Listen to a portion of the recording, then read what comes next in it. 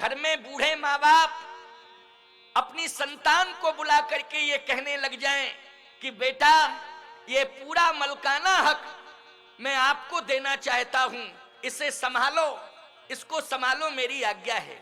तो जानते हो संस्कारी पुत्र का धर्म क्या है, उसे क्या बोलना चाहिए? संस्कारी पुत्र को यह कहना चाहिए कि पिताजी आप कहां जाएंगे, माताजी आप कहां जाएंगी। और यदि माता पिता ये कहते हैं कि मैं नैमिषारण्य जाऊंगा, मैं अयोध्या जाऊंगा, मैं चित्रकूट जाऊंगा, मैं ओंकारेश्वर में रहूंगा, मैं अयोध्या रहूंगा, हरिद्वार रहूंगा, यदि माता पिता ऐसा कहते हैं तो याद रखना संस्कारी पुत्र को ये नहीं कहना चाहिए कि हम आपके रहने की सुंदर व्यवस्था अयोध्या में बनाए देते हैं, हम आपके रहने की सुंदर व्यवस्था हरिद्वार में बनाए देते हैं, हम आपके रहने की सुंदर व्यवस्था चित्रकूट में बनाए देते हैं, और हम खेती बाड़ी खलियान मालकाना हक लेते हैं, आपको खर्चा भेजते रहेंगे। ये उत्तर देना संतुष्टि नहीं होगी, बल्कि पुत्र को ये कहना चाहिए कि हरिद्वार, चित्रकूट, अयोध्या निश्चित रूप से माँ बाप के चरणों में प्रणाम करके पुत्र कहे मैं संकल्प लेता हूं कि आपको किसी तीर्थ में जाने की जरूरत नहीं है, हम घर को ही तीर्थ बना देंगे और आपकी सेवा करके आपके आदेश का पालन करते हुए घर का संचालन करते रहेंगे। ईमानदारी से बताओ, उसको हम कलयुग का बेटा नहीं मानेंगे, हम उसको सतयुग और द्वापर का, त्रेता का बेटा मानेंगे। बोलो मानेंगे कि नहीं मानेंगे? इससे संतुलन बनेगा कि नहीं बनेगा? आज बहू अपनी सास को संतुष्ट करे, बहू यही कहे कि हे माताजी, भले ही अयोध्या में बैकुंठ हो, भले ही चित्रकूट में बैकुंठ हो, भले ही हरिद्वार में बैकुंठ हो, लेकिन आज मैं प्रतिज्ञा करती हूं कि आपको उस बैकुंठ में जाने की जरूरत नहीं है, मैं घर को ही बैकुंठ बनाती हूं और घर में ही आपकी सेवा करती रहूंगी। बैकुंठ का अनुभव आपको घर में ही होगा।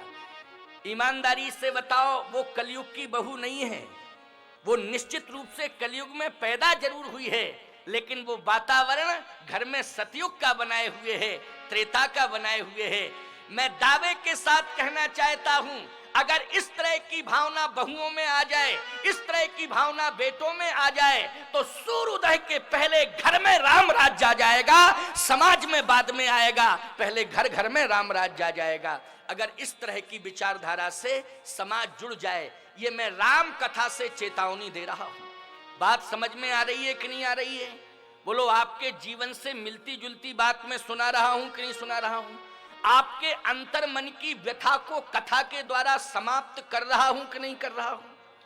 आज इसी बात से तो सब दुखी हैं कि मेरा बेटा मेरी बात नहीं मानता है। बोलो, आज सास कहती है बहू मेरी बात नहीं मानती है, बाप कहता है कि बेटा मेरी बात नहीं मानता है। लेकिन अगर तुम मनु की संतान हो तो देखो बेटे की भूमिका क्या है। मनु जी का बेटा हाथ जोड़े खड़ा है, आदेश करो पिताजी। महाराज मनु ने कहा कि मेरा यही आदेश है कि मैं नैमिषारण्य जा रहा हूं भजन करने के लिए, तुम राज्य सिंहासन पर बैठ करके राज्य का संचालन करो, मेरी यही इच्छा है। बेटे ने कहा कि नहीं पिताजी, आप सिंहासन पर बैठे रहें, आदेश दें, मैं आदेश का पालन करके राज्य का संचालन करता रहूंगा। मनु जी ने कहा नहीं नहीं, मेरी अंतर मन की इच्छा है, तुम आज्ञा का पालन करो, मैं तुमसे प्रसन्न हूं, लेकिन मेरे अंतर मन की इच्छा है कि मैं जाना ही चाहता हूं, मैं जाना ही चाहता हूं। बाप देना चाहता है राज्य, लेकिन बेटा लेना नहीं चाहता है। बोलो भाई, और आज का बाप मलकाना हक देना नहीं चाहता है, लेकिन बेटा जबरदस्ती लेना चाहता है। बोलो, लेना चाहता है कि नहीं लेना चाहता है? और बाप कहता है कि हमने पसीना निकाल करके तैयार किया है घर परिवार, हमने मेहनत परिश्रम करके ये साम्राज्य स्थापित किया है, लेकिन मेरा बेटा लायक नहीं है, इसलिए संभाल नहीं सकता है, यही परेशानी है। इसलिए वो देवी देवताओं के मंदिर में माथा टेकता है, संतों के चरणों में जाकर के माथा पटकता है और कहता है मुझे कुछ नहीं चाहिए, मैंने परिश्रम करके सब कुछ विकास कर लिया है, लेकिन इतना आशीर्वाद दे दो कि मेरे बेटे की बुद्धि ठीक हो जाए और मेरा बेटा घर परिवार चलाने में सामर्थ्यवान हो जाए। केवल हमें यही चाहिए संतों से, यही चाहिए देवी देवताओं से।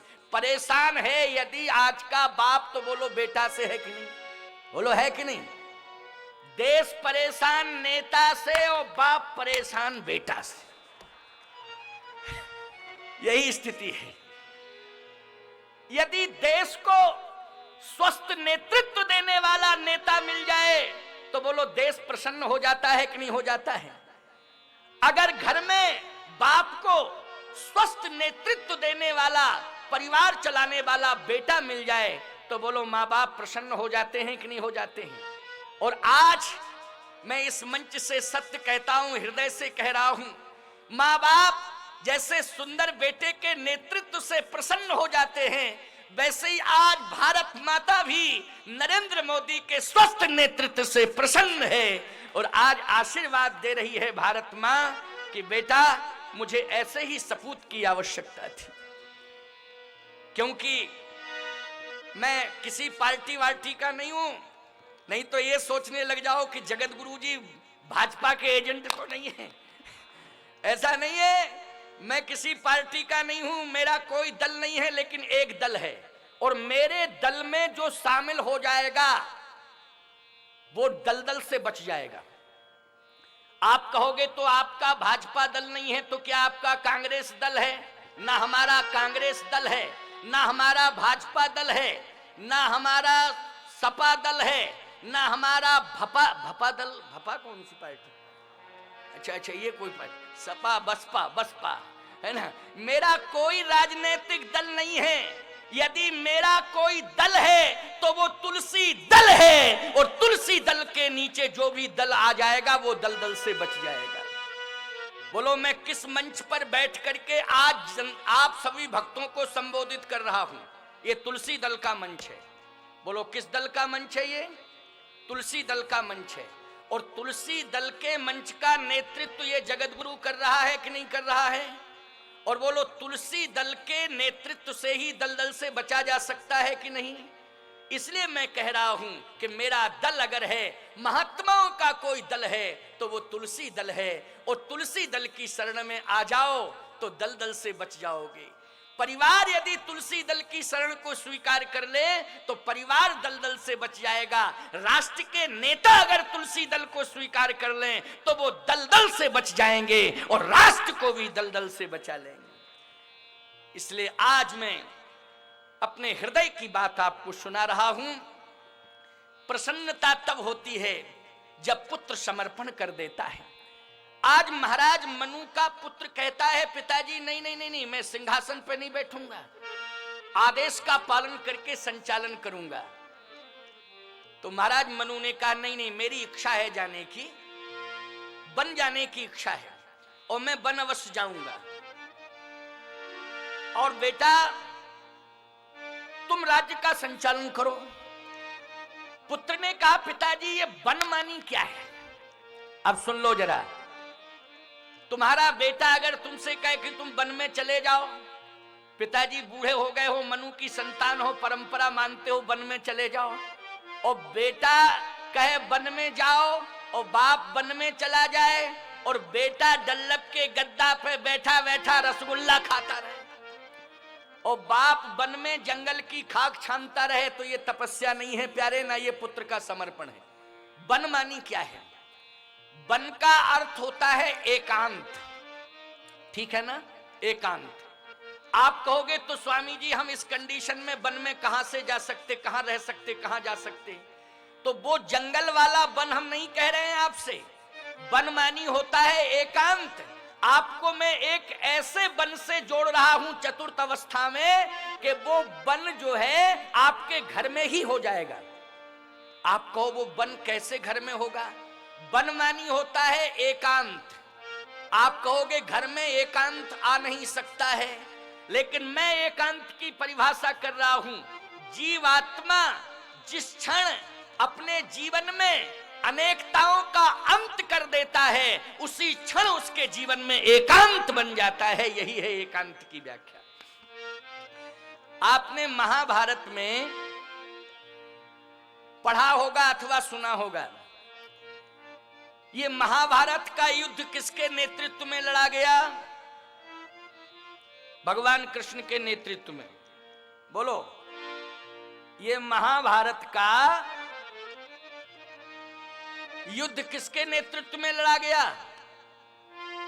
एक बार बोलो, भगवान कृष्ण के नेतृत्व में। ठीक ठीक भाई, हम जानते तो हैं, लेकिन आपसे समझना चाहते हैं कि आप भी जानते हो कि नहीं जानते हो।